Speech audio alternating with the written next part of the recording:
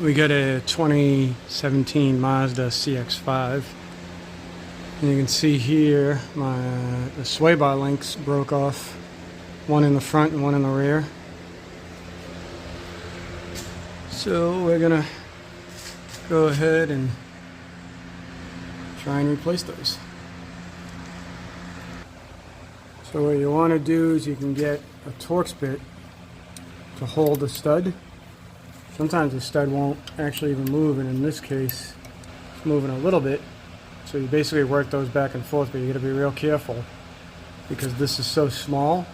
If you do it too much, it'll break your tool in there or strip it off, and in which case you'd have to either cut it off or get a pair of vice grips on there. It'll be a pain, so that's why we put some PB blaster on there and let it sit and work it back and forth. Alright, I had to use torches. These are a real pain in the ass because, like I said, the little tiny Torx bit on the inside is just not strong enough. And what I had to do is get a pair of vice grips on the knuckle side, right there. You got to move the boot away so you can get the vice grips all the way up against it. And then I pulled down on the control arm to get this piece of wood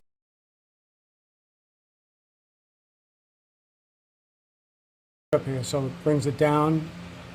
And with the vice grips on there, you got to heat it up with the torches, and then it obviously comes right off with a wrench. If you don't have torches, you can get the vice grips on there and try to work it back and forth, but with the way the rust is, you're not going to be able to get it with the Torx bit.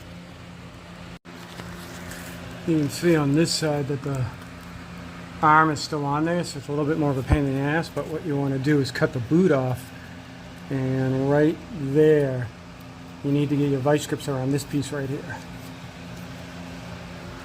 New ones from TRQ, they actually have flat spots on them right here. You can fit, a vice grip or a narrow wrench around it, so they don't put the Torx bit on them. So that makes it a little more convenient. And then what you want to do, it might help you in the future if they ever need to be replaced, is just put a lot of anti-seize on the threads and hope for the best. Alright, so these, as you can see too, they're actually much thicker, which is good. And so the one you put in there, you need a very skinny 18mm wrench. So you either got to get a skinny 18 or take an 18 you don't care about and grind it down, because it's got to get in there. And then you just wrench them closed. So now I'll do the other side and then we'll move to the front. Here's the bottom one on the front. And same process. Basically I had to heat it up, and then these you're able to get the Torx bit back in there with the ratchet, so it's easy. Got the two bottom ones off, and now on the top you got to take the front wheels off, and it is easy to get to, except you do have to heat it. But at least right here, that will get on there, and I'll have to sneak the wrench on there as well to get that off. For some reason the new front ones do have the Allen wrench in there. That's actually an Allen wrench.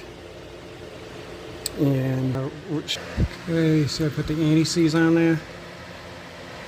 Let's get that down in there. See how it doesn't line up? You gotta kind of push down and it'll pop right in.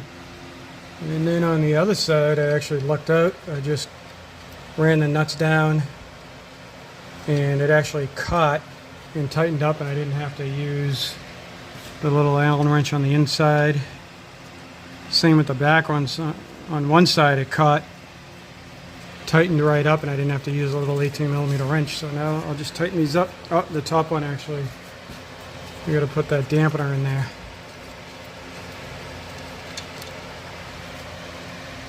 This little dampener.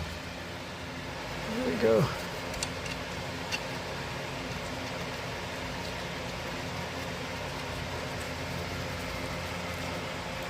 Let's see if this one catches. Yeah, it tightened up. I didn't even have to hold it. And let me get the 15. Just make sure it's a snug. Yep. And then on the bottom one, unfortunately, you gotta wrench it.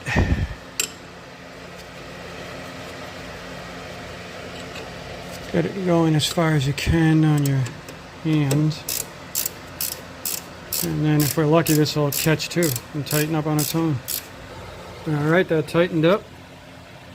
They're on there. Take the time to check your brakes since you got to take your wheel off, and basically that's it. Just throw the wheels on and we're good to go.